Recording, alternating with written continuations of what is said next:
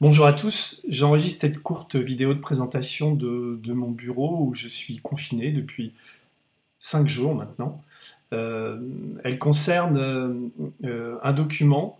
Ce document, c'est la restitution d'une call conférence entre des spécialistes, des épidémiologistes, qui forment du personnel hospitalier. Ce personnel hospitalier, principalement des infirmiers et des infirmières, devront soigner des malades du coronavirus. Donc, elle est destinée à un public de spécialistes, mais il nous a semblé important aux médias de la diffuser au plus grand nombre parce qu'elle remet en cause un certain nombre d'idées reçues et en tout cas, elle montre la très grande tension et les incertitudes qui règnent autour de cette pandémie. Un des protagonistes de la conversation, le professeur Tim Sit, le chef de la réanimation à Bichat à Paris, résume assez bien la situation quand il dit que la situation est catastrophique, mais que lui n'est pas du tout catastrophiste. Voilà. J'espère que cette vidéo vous éclairera et vous aidera à comprendre un peu mieux, vous informera sans trop vous inquiéter quand même sur l'état des lieux et sur les moyens de combattre l'épidémie. Merci.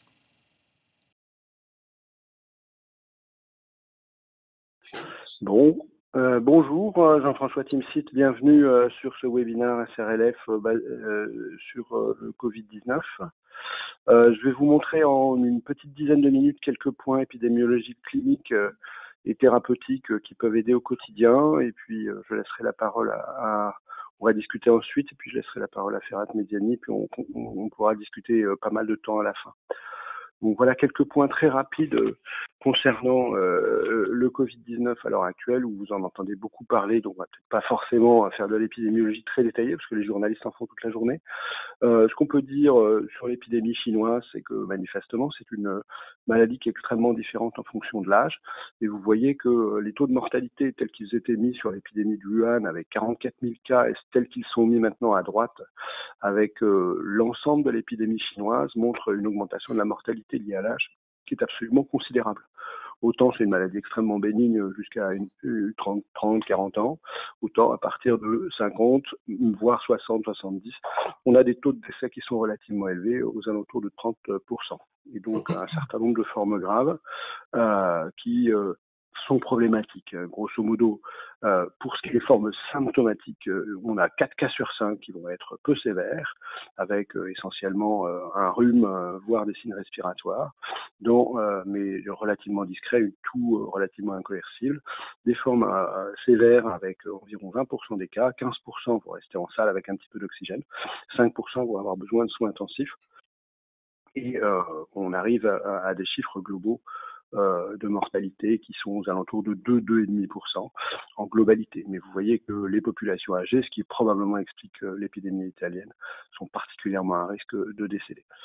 Le R0 est très discuté dans la littérature. Manifestement, il est en moyenne aux alentours de R2 2,7. Le R0, ça veut dire le nombre de cas qui sont transmis par un malade à d'autres personnes.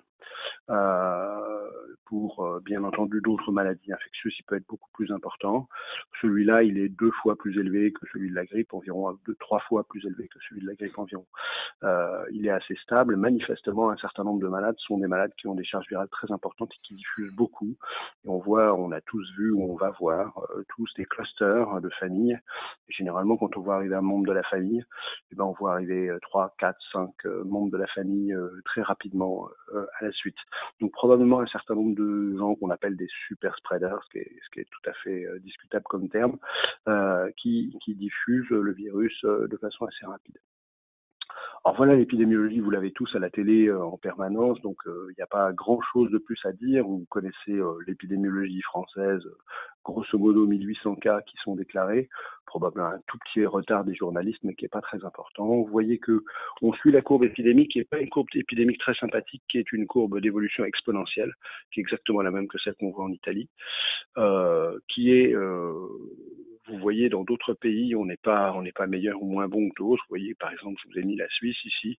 Vous voyez qu'ils commencent à démarrer, ils ont démarré environ une semaine après nous, et ils démarrent en montant de façon importante. Ce qui est intéressant à voir, c'est la comparaison avec. Alors, je vais essayer de pousser ça pour que vous voyez bien. C'est la comparaison avec la Corée du Sud, où vous voyez qu'ils ont eu une stratégie qui était tout à fait différente de celle de l'ensemble des pays, c'est-à-dire c'était d'abord un cluster initial qui était une secte, où il y a eu 4 ou 5 000 personnes qui priaient l'un à côté de l'autre à 10 centimètres de distance en chantant pendant 2 heures. Et donc vous imaginez le nombre de contaminés, et ils ont en fait testé l'ensemble du cluster, suivi l'ensemble du cluster de façon très très politique pour essayer de voir un petit peu où ils en étaient. Et donc ils ont eu une épidémiologie assez particulière, avec une augmentation du nombre de cas, certes, mais une mortalité qui était relativement faible, probablement liée au fait que les malades étaient tous testés, et que les malades symptomatiques ou asymptomatiques étaient tous testés avec des symptômes très très faibles. Je vous ai mis la figure en bas à droite pour vous dire que la population, mon fils était en Corée du Sud il y a encore une semaine, je l'ai fait rapatrier, je ne sais pas si c'était une bonne idée. Tout le monde est extrêmement vigilant et relativement paranoïaque autour du virus, et donc la population se balade en masque en permanence, et c'est pas du tout ce qui se voit dans les pays latins à l'heure actuelle, et probablement ça contribue au fait qu'ils aient stabilisé la courbe épidémiologique avec une pente qui est beaucoup moins forte à l'heure actuelle. Alors je ne sais pas dans quel sens elle va aller, mais elle a l'air de s'aplatir très fort et assez vite finalement, puisqu'ils ont grosso modo commencé à entendre parler de ça 3 semaines avant nous, à peu près. La courbe épidémique que vous connaissez en Chine, qu'on a tous vu, est assez particulière, parce que vous voyez, le pic épidémique a été atteint fin janvier. Alors ils ont arrêté de prélever les malades, donc ils ont fait un diagnostic sur des signes radiologiques et des signes respiratoires. Probablement ça a dû un petit peu changer les chiffres, mais on voit bien un aplatissement de la courbe.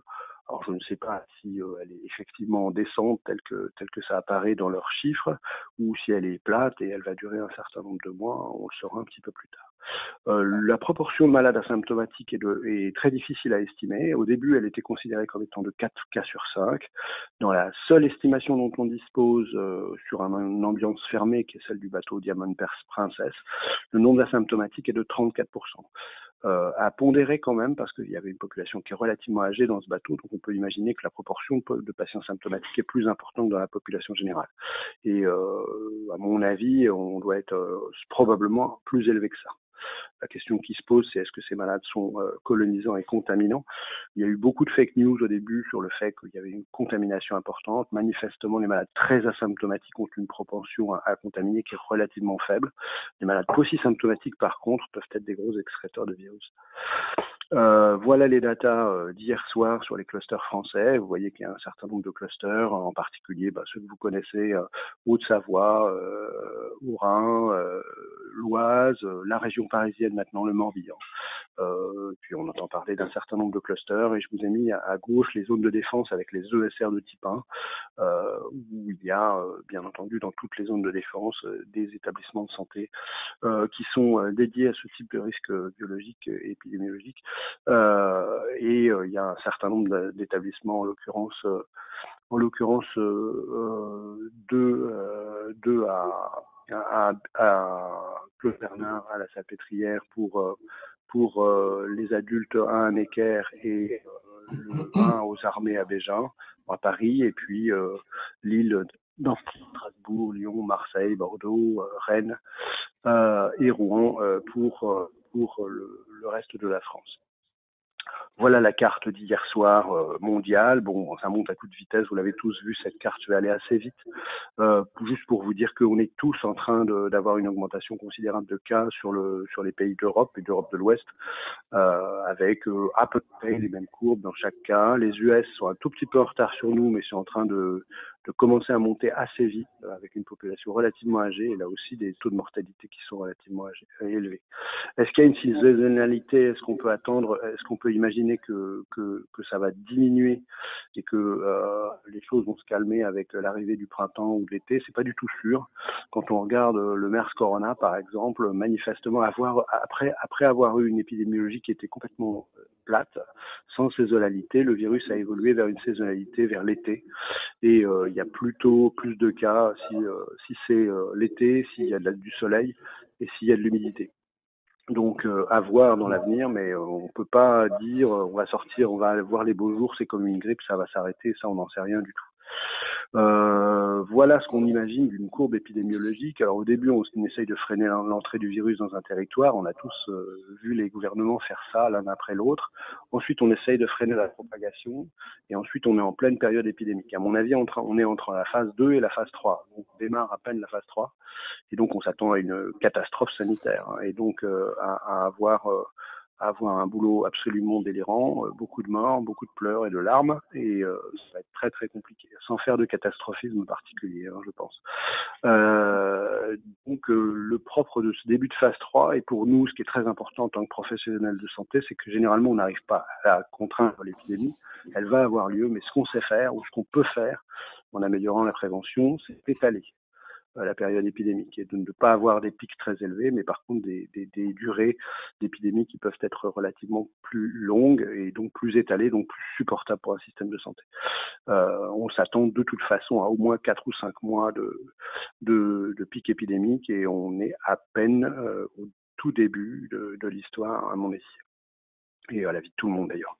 Alors, qu'est-ce qu'il faut savoir sur le virus très vite? Alors, il y a des choses toutes simples qu'il faut retenir. C'est que l'incubation, c'est entre 2 et 14 jours. Alors, vous avez ce schéma qu'a fait Xavier Lescure, qui est assez simple, qui se retient assez vite. 14 jours de délai d'incubation maximum. 14 jours de durée de contagiosité. Ça, c'est des choses qui sont importantes pour savoir ce que vous allez faire des malades, ce qu'on va pouvoir faire si on veut pour l'éviction des patients. Alors, probablement les nôtres ont l'air d'excréter plus longtemps, et je vous montrerai un peu les chiffres. La durée d'infectiosité sur une paillasse du virus est de quelques minutes à 4 heures. Et donc, si le virus est dans l'environnement, il reste vivant pendant environ 4 heures. C'est aussi la durée d'efficacité des masques FFP2. Et donc, avec ces 14 et 4 jours, vous avez grosso modo tout ce qu'il faut savoir sur la prophylaxie et la limitation de la contagiosité. Alors, ce que je vous ai pas dit, mais ce que vous avez certainement entendu, c'est que c'est très probablement une maladie qui se transmet essentiellement par les gouttelettes. Il y a des gouttelettes qui peuvent contenir du virus qui sont parfois très très petites, jusqu'à 0,18 microns, pour lesquelles il faut donc des masques plutôt particuliers de type FFP2 qui sont suffisants, et c'est pas la peine d'aller jusqu'au FFP3, ça ne sert à rien. Le masque chirurgical, par contre, protège pour l'essentiel de la contamination, et on considère que le masque chirurgical sur un malade, en particulier, qui lui a au départ des gouttelettes qui sont relativement importantes, va protéger à 99,9, en tout cas va diminuer considérablement le passage des virus dans l'environnement. Donc une des possibilités est de masquer les malades pour essayer de diminuer la contamination au départ, mais on va reparler.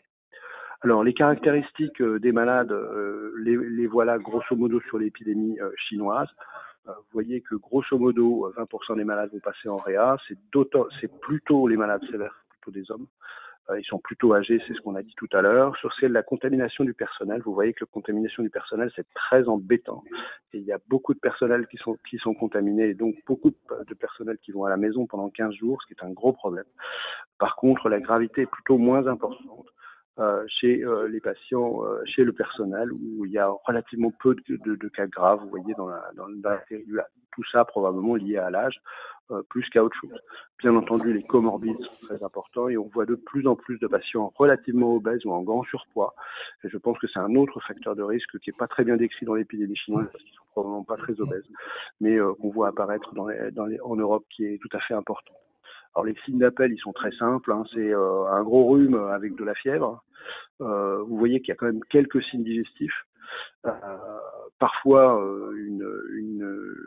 des diarrhées, des vomissements, et puis rien d'extraordinaire, un petit peu de douleur abdominale. Donc il ne faut pas se faire piéger par certains malades qui ont quand même quelques douleurs abdominales, qui sont partis sur une exploration digestive, et chez qui on s'aperçoit en regardant bien la radio qu'ils ont un syndrome interstitiel. Donc faites attention, c'est ces malades-là qui, dans certains cas, ont contaminé les urgences.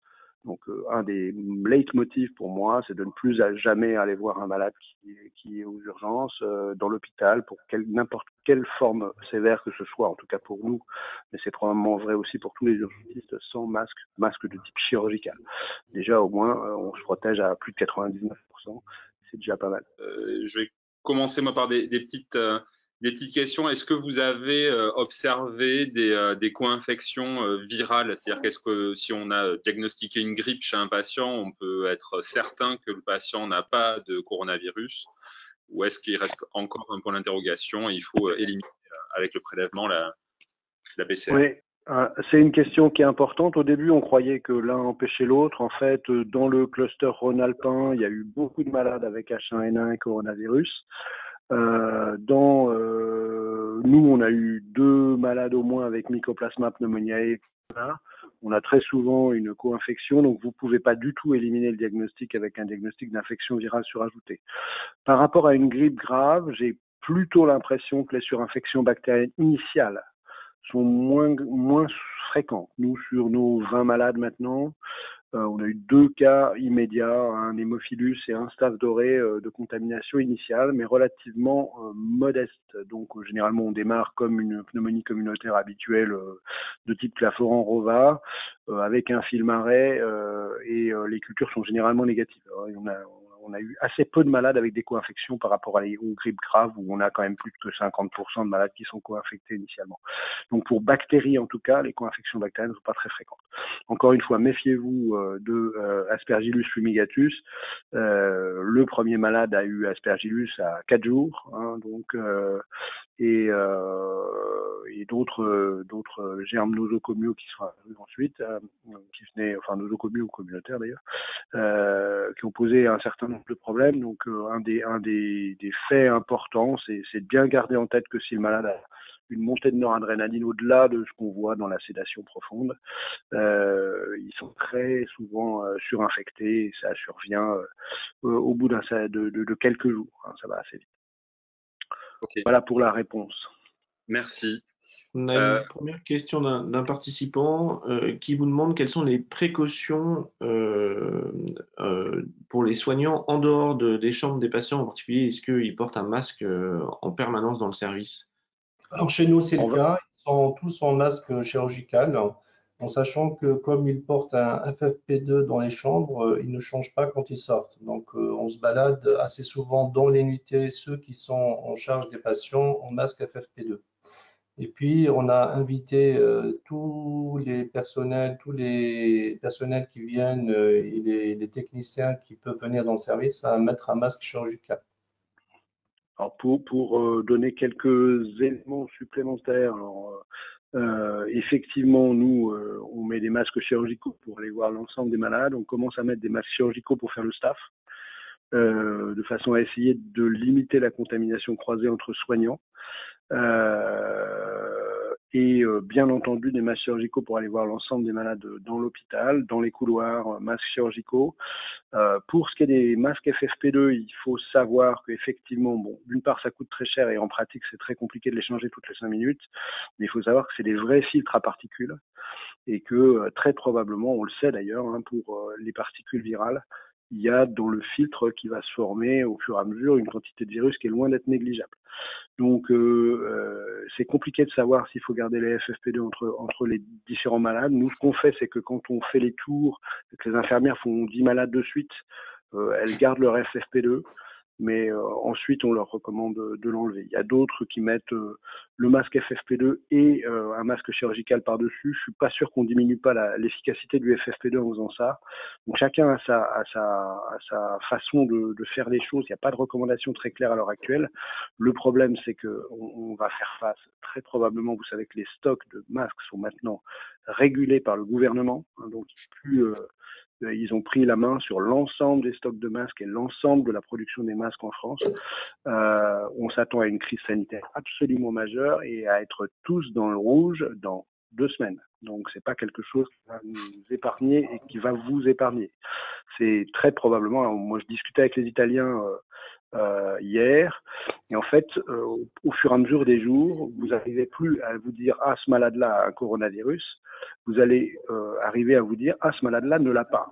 Donc en fait, c'est tout l'hôpital qui est coronavirus plus, c'est pas un malade. Donc les stratégies de fonctionnement du service doivent changer, les stratégies de géographie et de positionnement des malades doivent changer. À mon avis, il est assez logique de c'est-à-dire des unités géographiques coronavirus et des unités non coronavirus, et de faire bouger les docteurs, plutôt que de garder des morceaux de coronavirus dans chaque service. Ça me paraît plus intelligent et plus logique. Mais par contre, on a effectivement déjà commencé à bien sûr, comme Ferrat, doubler les gardes, impliquer nos collègues anesthésistes réanimateurs. On arrête de jouer là. On n'est pas du tout dans une stratégie où on peut, je pense qu'on rentre dans une médecine de catastrophe là, donc on est très clair. Je suis pas catastrophiste. Hein. Là, il y a eu déjà cellule de crise hier soir. On a arrêté toute la programmation de l'ensemble des malades. On a complètement transformé la salle de réveil en salle de réanimation. Moi, j'ai étendu mon service de 20 à 26 cette nuit, 32 possibles, puis 38.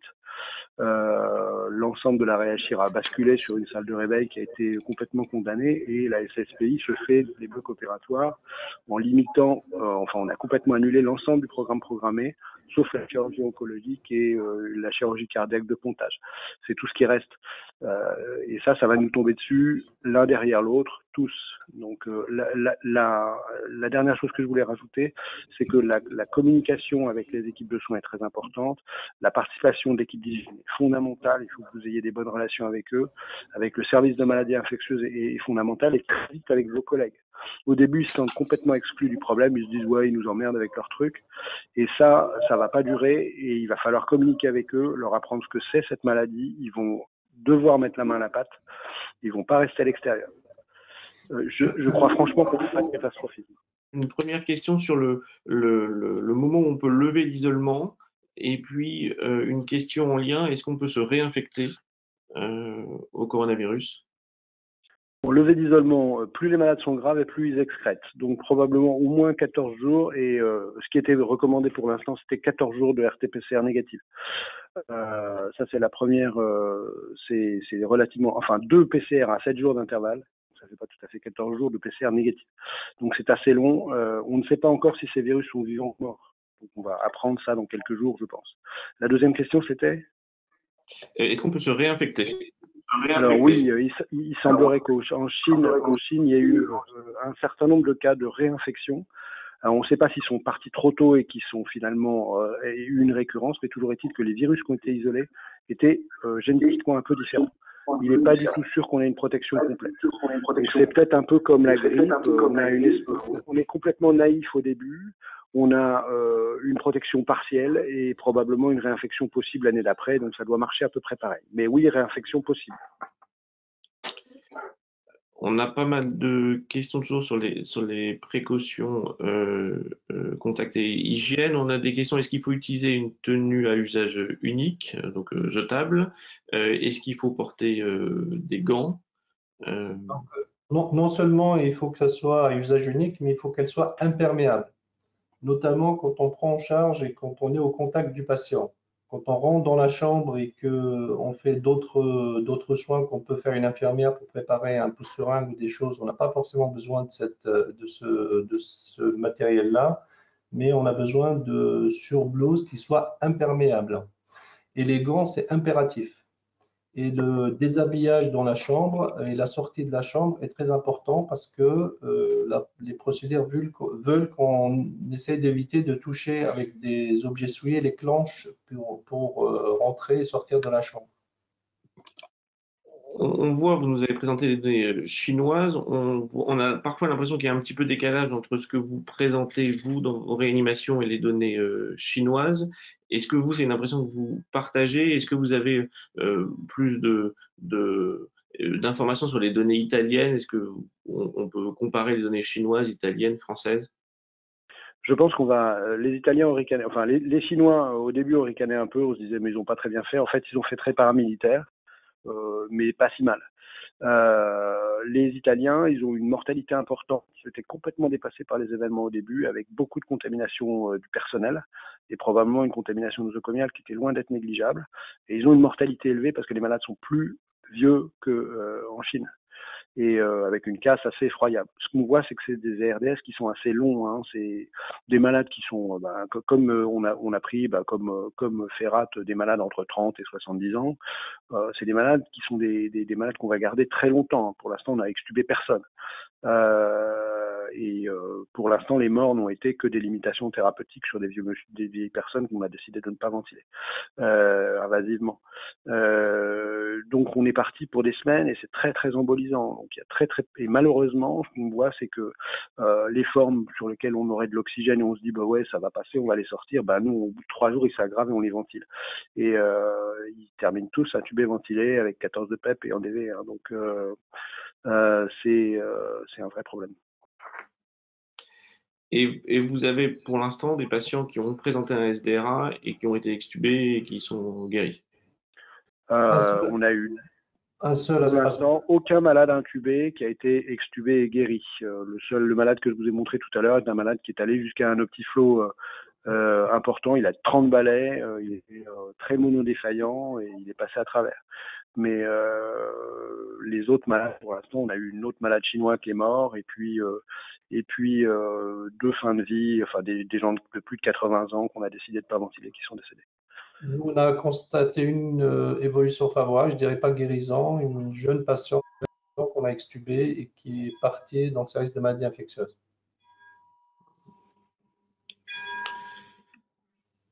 Encore une fois, pour aucun des malades, on a envie d'arrêter. C'est comme des grippes graves qu'on sort. Je pense qu'il faut juste de la patience. Mais la question, c'est comment on fait pour, avec de la patience, arriver à gérer une crise comme ça. Hein. Il faut bien que vous imaginiez que on a un téléphone RED, bien sûr, qui sonne toutes les 10 minutes, à la fois pour donner des conseils aux copains et aux médecins traitants et à tous les anglais, aux familles et à prendre des malades, et qu'on sature le système à une vitesse extraordinaire. Donc on va tous être touchés très très vite, il n'y a pas de problème.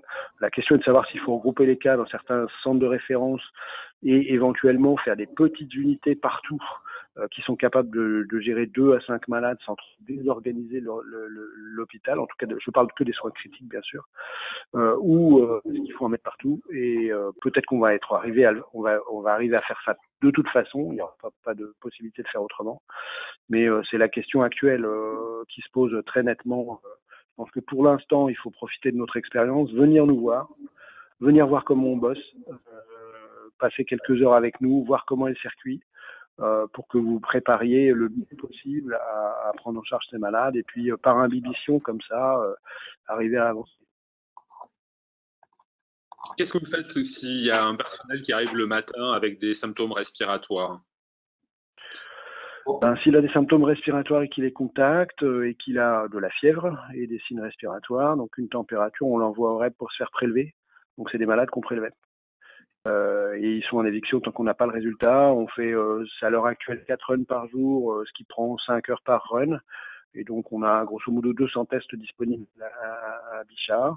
Il y a des tests rapides qui se mettent en place. Il y a une machine qui est en cours de test et qui fonctionne bien, qui est un point of care, qui marche en 1h15. Mais pour l'instant, c'est malade par malade, donc qui est assez long. Il faut mettre plein de machines et qui pourrait être très probablement, très rapidement utilisé un peu partout. Mais bien sûr, éviction tant que vous n'avez pas le résultat. Et si négatif, on les reprend. On prélève pas les malades asymptomatiques ni les personnels asymptomatiques. Grosso modo, pour le personnel, faut être assez rassurant, quoi. Je veux dire, c'est un rhume, quoi. Hein. Honnêtement, ils sont pas bien malades quand ils ont 30 ans. Donc, c'est pas du tout un souci. C'est juste qu'on veut pas contaminer tout le monde. Il y a plein de contaminations nosocomiales dans tous les hôpitaux, tous les malades qu'on prend qui sont en salle alors qu'ils n'avaient pas été dépistés. Vous regardez le voisin de chambre, il est sûr qu'il est Corona plus. Quand vous allez voir un malade sans masque, vous allez dépister le personnel, vous avez une chance sur 3 ou 4 d'avoir un personnel qui a été plombé aussi. Donc c'est quelque chose d'assez contagieux quand même, mais pas forcément sévère. Quand un personnel est positif et symptomatique, à Strasbourg, il rentre et il ne revient pas pendant 14 jours. Ok. Très bien, peut-être juste une dernière question avant de conclure. On entend pas mal dans la presse, notamment la presse généraliste, de la part de médecins, souvent d'infectiologues, que c'est une maladie bénigne. Comment on peut réagir à ça et comment on peut expliquer ce genre de... Alors évidemment, il y a la question de la prévalence des maladies, des infections graves, mais en vous écoutant, on a du mal à dire que c'est une maladie bénigne. Je pense qu'il y a 80% de formes asymptomatiques ou post-symptomatiques, 15% qu'on va pas voir, qui vont avoir un peu d'oxygène et qui vont partir tout de suite, donc il en reste plus que 5%. Donc nous, on va pas voir plus que 4 ou 5%, donc effectivement, c'est une maladie bénigne. Les petits, ça c'est important à noter pour les infirmières qui sont souvent un peu inquiètes de ça. Les petits, c'est vraiment de la maladie infantile qui fait pas grand-chose, quoi. Il y a eu quasiment aucun mort dans le monde qui soit des petits. Et donc ça c'est vraiment important. Les réas pédiatriques vont pas être impactés, donc pourront peut-être nous donner un coup de main aussi. Hein. Donc voilà.